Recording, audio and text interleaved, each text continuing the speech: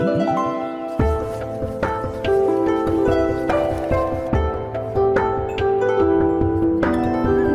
to meet you finally in person. It's a great pleasure.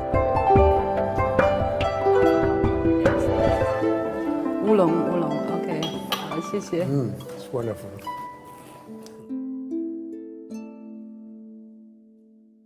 What flows in the veins of the world's oldest living civilization? Welcome to a special edition of Global Thinkers with me, Liu Xin, jointly brought to you by CGTN, Renmin University of China, and the city of Nanping in southern China's Fujian province. Today, we are in the picturesque Mount Wuyi, a special place in the formation of Chinese civilization. Here, the 12th century scholar Zhu Xi spent 50 years and developed Neo-Confucianism. He also became known as a sage second only to Confucius. His ideas not only soaked through the Chinese, but also traveled to other parts of Asia. So while China stresses a Chinese approach to modernization, it's perhaps necessary to find out more about this ancient figure and his ideas. Exactly who is Zhu Xi? How have his ideas shaped the Chinese? And what does it mean to you? To explore these answers, I'm pleased to be joined by four distinguished guests. They are Professor Yang Huiling, professor at the School of Liberal Arts of Renmin University of China, formerly a vice president of the university. Tamara Prusik, research fellow at the School of Philosophy of Monash University in Australia.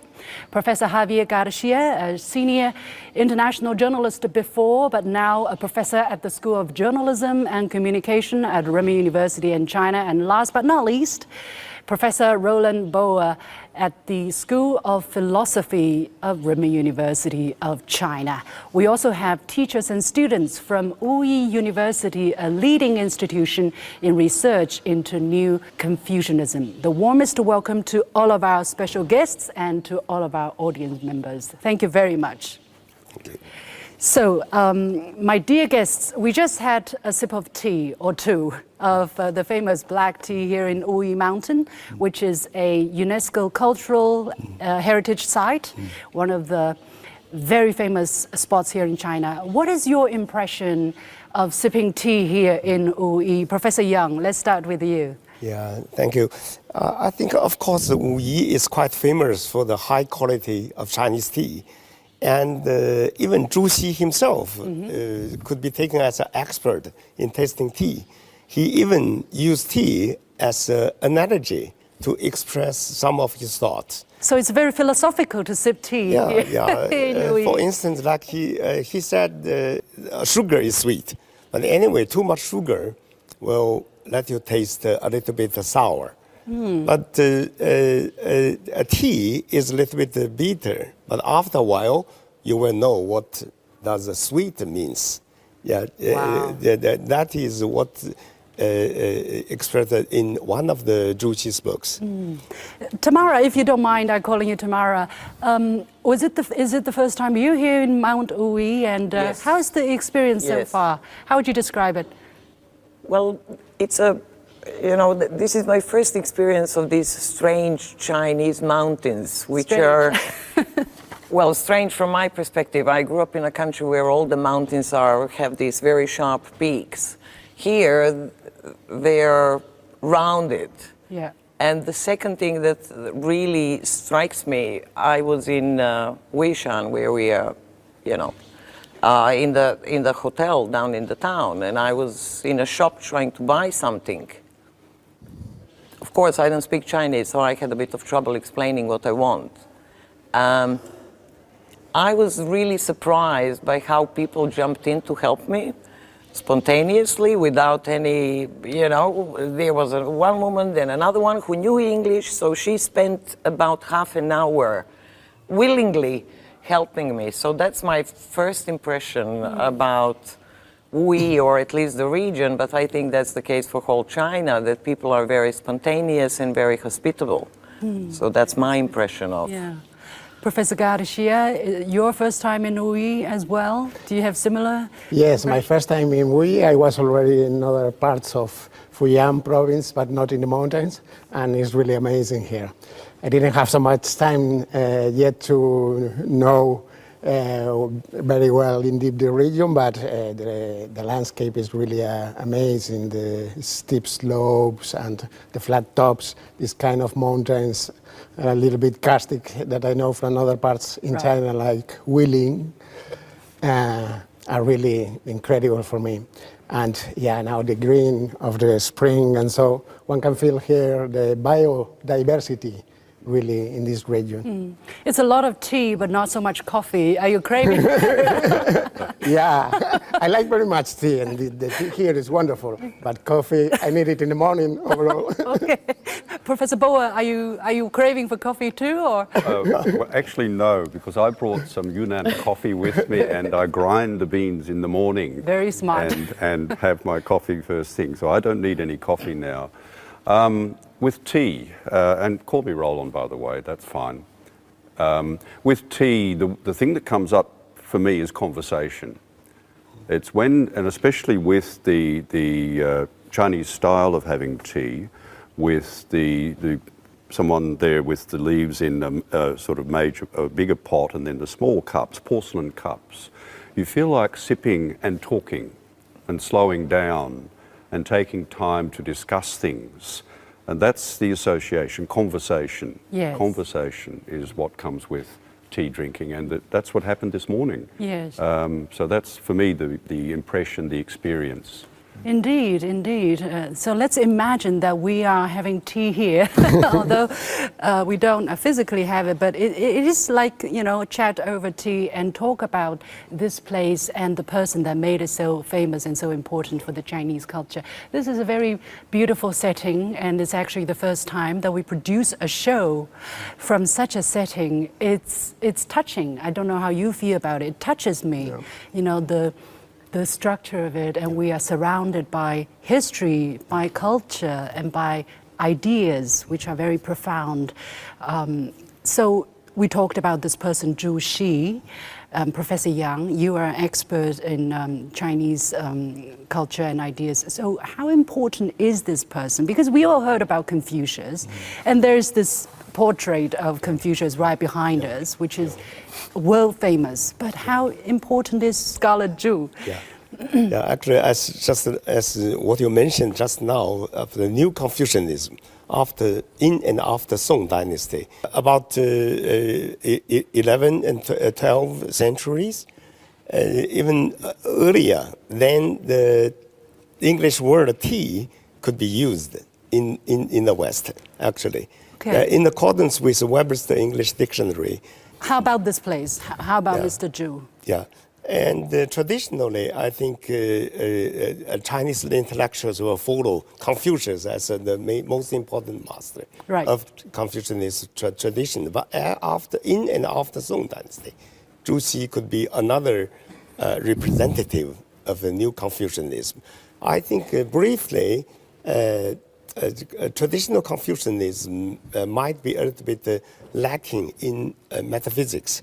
But after that, everything has been changed. Together with the different resources like the Buddhism and Taoism and the Book of Changes and other things. That is the main elements of Neo-Confucianism, I think. So Zhu Xi gave it depth, how would you describe it? If you're going to use 3 key words that the layman use. Yes, it's quite challenging. No such words as metaphysics. I will be the first one who gets lost. Actually, I could try to make it as brief as possible. 3 key words? Okay. The first phrase, if you like to mention about the key terms in Neo-Confucianism, must be 礼义分书. That means there's one... In English, please. There's one principle out of the many appearances. Or briefly, just like what you could find in the US dollars, in 10, there's a proverb in Latin, that there is the one out of the many.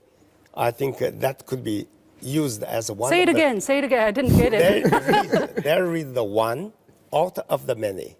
There is one. There is the one out of the many. Out of the many. Yeah, in Zhu Xi's words, that means you could finally find the single one as a basic principle out of the many appearances. All right. He make the moon like a case, a special case. Yeah, please. He said the moon reflects in the lakes and rivers everywhere. But anyway, all the reflections came from one moon. So that is in Chinese, 月映万川. Yeah. That's very picturesque, poetic, and philosophical. But how does it apply to everyday life, to our personality? Roland, I'm going to throw this question to you because you speak very good Chinese. You study Chinese culture for a long time. But what is your understanding of such?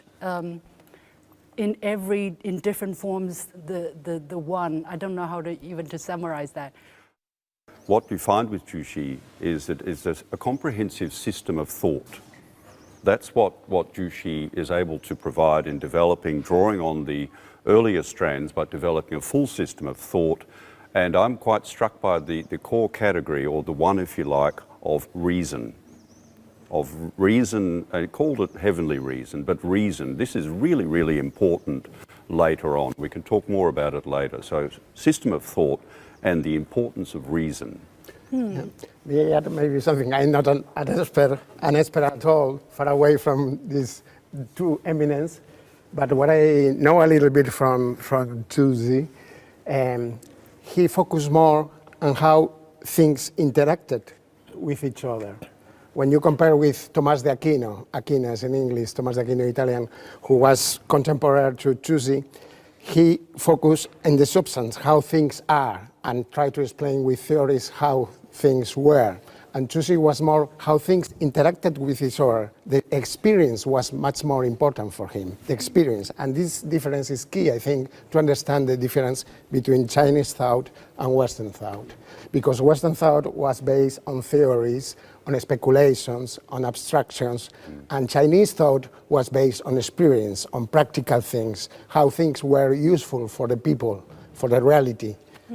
That is the main difference, I think. Well, if I can follow on from that, okay, I mentioned the question of reason, but why reason? It was actually often seen as a type, or early type of political philosophy. Zhu Xi wanted to make practical contributions and proposals, and often quite critical of the Song court. So all of this, what seems like abstract thinking, is actually very practical. What is better for the people? What is better to reform the system to improve the lives of people, and so on. So it's that's behind it. And can I add, I mean, what I little know about him is that he kind of blended dialectics and inclusivity. So there is this inherent dialectical thought in him. So, and that probably comes from looking at experience and how things develop, because everything is in process. So nothing is stationary. And then he also had this thought about people being embedded in nature. So they were not, in Western thought, there is this distinction between humans and nature. Humans are given dominion, as the Bible says, right, over nature. That's not the case in China. And in my speech yesterday, I was actually making a comparison between, how Chinese gardens blend nature and human and culture seamlessly. You can't really, nothing is forced. The nature is not forced into human categories or cultural categories, while the human and the cultural also is not forced into natural, organization. So I think he kind of blended those things together, and that stayed with China, and I think today China is also like that. It is dialectical and inclusive, includes the nature, includes others. So for the people who don't understand philosophy, dialectics, it's a very... You get two opposites, two different sort of positions, two opposites, and then you explore the relationship between them. Yeah. Absolutely. And dialectics is a process of both and. It's an either or, but it becomes both and. Yeah. So they relate in complex ways with one another. So in this case, it's the complex relations between human beings and our natural environment. Yeah, absolutely. It's Professor more Yang, holistic. Sorry. Holistic, Yeah, right? I could just were they add good? one thing. Did they grasp the essence? I'm not so sure. Actually, I think none of us are really expert in the study of Zhu Xi. But anyway, in accordance with another the scholar passed away many years, Feng Youlan, he published a short book in English in the year of 1948. And he described the Zhu Xi as the school of Platonic idea in China, actually. That is Feng Youlan's evaluation about Zhu Xi. And on the other hand, I think, in accordance with your question, dialectic, I think normally a Chinese philosopher would be taken as the expression of the logic of both ends. And in the West, the typical case is either or. Yes. That's correct. But anyway, Yes. For Chinese is both end. end. For the Both West end. is or. Either or. Either or. Either Either or. or. For Either us or. is- Just both ends. So am I correct to say, sorry to interrupt, that we have this Taoist tradition Yeah. where things are constantly moving, developing. When you go to the other extreme, you actually come back to where you started. Is that how the Chinese thoughts is very much accommodative to the dialectic tradition in the Western philosophy? The typical logic for the Western philosophy is identity. Either or, and finally means identity. But anyway, Dichotomies. what Yeah. Dichotomies. Yeah, Dichotomies. Individualities. both end means a completely different logic. That is the logic of correlation. Correlation. Okay. Everything could be preconditioned and by another thing opposite to this. Is this unique for the Chinese? I mean, why would such an environment 800 years ago produce a school of thought that is in this particular shape? Is there something special about Chinese, I don't know, genes or our society, our geography, the food that we eat, that make us see the world this way? Yeah, yeah. Very That's a big very hard question. And you want one word answer, don't you? Yeah. You want one word answer. I think One it- sentence is also okay. one sentence is okay. To my mind, I put it in terms of yin-yang. You think of the diagram of yin-yang and the way it relates to one another. And my understanding is, correct me if I'm wrong, that this originally comes from Taoism but then is incorporated within the whole of Chinese thought. That diagram embodies so much about the cultural assumptions, what we've been talking about, the dialectic, etc. So if I could explain it more, Yeah. that yin-yang is, of course, is the basic archetype of Chinese philosophy, or Chinese dialectic. That means that nothing is ultimate, nothing is single. So from positive and negative, two opposite things, we could find something mixed Unifying. together. That is the ultimate authority in Chinese philosophy. That, Is such tradition still very strong in Chinese culture, in Chinese identity? I mean, the modern day Chinese, the Chinese political philosophy, our governance, is such a theory still very relevant? I would say yes, very much Still so. very much so. Very Yes. much so. Yeah. It's in every... Despite all the modern things Exactly. we have. It's a whole mindset, a cultural framework. It's in assumptions about food, in assumptions about what's appropriate for the seasons. It's just so striking. And this, for me, is the big cultural shock. It's the way these things relate to one another and all aspects. Would you give a more concrete example or case when you talk about food or the seasons? How striking? What were you stricken by, for instance, when you find? Well, give a personal example. When I went to see a doctor of traditional Chinese medicine, and I had some problems and was assessed in the usual way with people are familiar, take my pulse, check my tongue, ask me questions and so on and so forth. And then the determination was that there was an imbalance of heat and cold in my body. I had too much heat and I needed to restore that relationship. And I was given the medicines to take for a few weeks and it worked. It dealt with the problem. But that's a very interesting, so still very much relevant? Very much part Yeah, of the okay. Professor Garcia, you're interacting with young students, you teach in classes, and you live in Beijing as well. What is your observation? Do you think what is embodied here in the Confucianism or Neo-Confucianism or traditional Chinese, is it still very much relevant in the society we're seeing today? Yes, I think Confucianism, Neo-Confucianism, and even Taoism is still very present in Chinese society. And Chinese characteristics, also the characteristics of the people. So it's really inside the people, no? Not only in the politics and in the way of acting, but also in the way of life and to think of the people. They have not this logic that we have, which comes from this dissection of the reality in boxes, you know. That is what the Western people does normally. The Chinese think in unities, in images. It's different. They are not so rational, not so logic.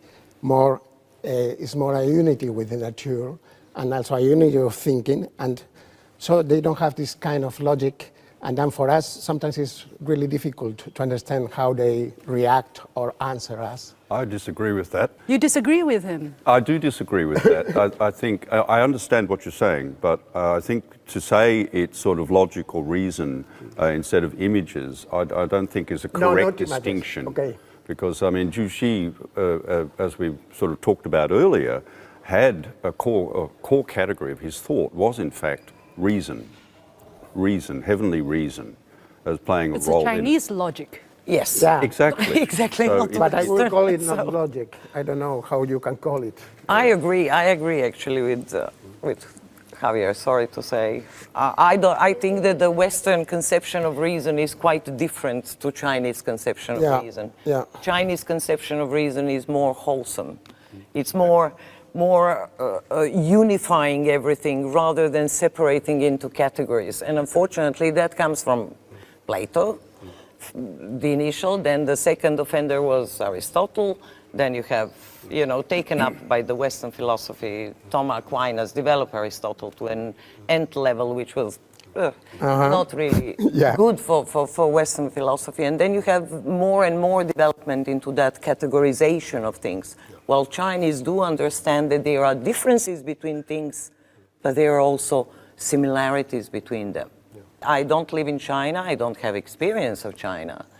But what I know theoretically from what, for example, read about, the last thing I read was President Xi's speech about the Global Civilizations Initiative. You see that type of thinking included in that speech. There is a recognition that we are all different cultures, different civilizations, but we do belong to one, how would you say, family, right? We do belong to one unified family. So I think reason is very different in Western thought. No, even the language. When I say images, I was thinking in the language because your characters are images, right? Right. And this makes a different thinking because you think in characters, not in words, ideas, logical ideas like the West. There's also a difference that makes difficult communication sometimes, right? Yeah. Roland is disagree again. Sorry. But it is true, the Chinese characters are like little pictures, little symbols, some of them, not all, and it developed. Why do you shake your head? Well, I might ask my colleague and mentor, Professor Young, to correct me on this one, but my understanding from specialists in it is that the oldest characters that go back are ideographs, kind of stylized images, but 75% is actually phonetic. Mm-hmm. It's actually phonetic. And so there is a logic and a reason to it. And one of the attractions about learning to read and write the characters is precisely to figure out the logic that's there, and sometimes it's so logical.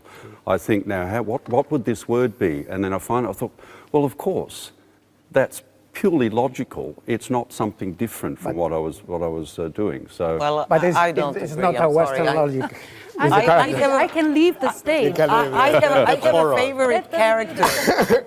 I don't know Chinese, but I know few characters. Let's put it that way. There is one character Chinese character, my favorite. It's Which one? 仁慈. Which one? 仁慈. 仁慈. Benevolence. Benevolence. 仁慈, okay. That's okay. my favorite character. Why is it favorite character? Because it has the sign for men, for human. Yeah, yeah, 仁. right. I'm probably pronouncing it wrongly. You're pronouncing it right. It's good, yeah. But then there are those two lines next to it. Yeah. Right, so it's benevolence is a relationship between two. Okay, There is a goodwill that goes between two. So there is always two, right? There is always relation. Professor Yang, is this a romanticized interpretation? Because Ren is Ren- everywhere. Look, Yeah. we have Yeah. the character right here. Yeah. You know, and Yeah. we should show that character. This hall, right, is called Ren Zhi Tang. It's very good you mentioned that word because Ren is actually such an important word for the Chinese. Yeah. So it's Confucianism is all about Ren. So what is Ren and why is it written this way? Was it originally written this way? Yeah. Actually, that means two persons. Basically, the two persons working together. That is ren, benevolence. But another typical word is shu. Shu is a kernel thing because shu? forgiveness, pardon. Ah, okay. But anyway, in English translation, one of the best translation is not nothing to do with pardon or forgiveness, but reciprocity. Reciprocity. So it's about two people. Yeah, and a community, not only two, maybe many people. So Zhu Xi has a very good explanation about the reciprocity. That is 推己及人. Yeah, that means Don't do to others what you don't wish something yourself. like that. Yeah. Okay. Yeah, that is a principle. Is that also embodied in the character Ren as well? Of course. Because when you're dealing with each other, you are not supposed to impose. Linguistically, of course. Okay. Yeah. Benevolence. And shu, the interesting thing is that shu, originally, the two parts just make to remind you of Ru the and pronunciation, Xin. Ru and Xin. Yeah. But after that, after the translation, it could be gradually explained as a comparison with Ha. you and others. You heart and other heart. That's a fascinating. new explanation. Very That's interesting. fascinating. Let's pause it there for a moment. A lot of food for thought, and we have come to the end of the first part of our discussion. Many thanks to my guests. They have been Professor Yang Huiling, former Vice President of Renmin University of China, Tamara Prozik, Research Fellow at the School of Philosophy of Monash University in Australia, Javier Garcia, Professor at the School of Journalism and Communication of Renmin University of China, and Roland Boer, Professor at the School of Philosophy of Renmin University of China. And with that, we come to the end of part one of this special edition of Global Thinkers, coming to you from the beautiful Mount Wuyi in southern China. Thank you very much, and of course, a big round of applause to our audience members from Wuyi University, a local institution specialized in studying Neo-Confucianism. Thank you very much. Thank you.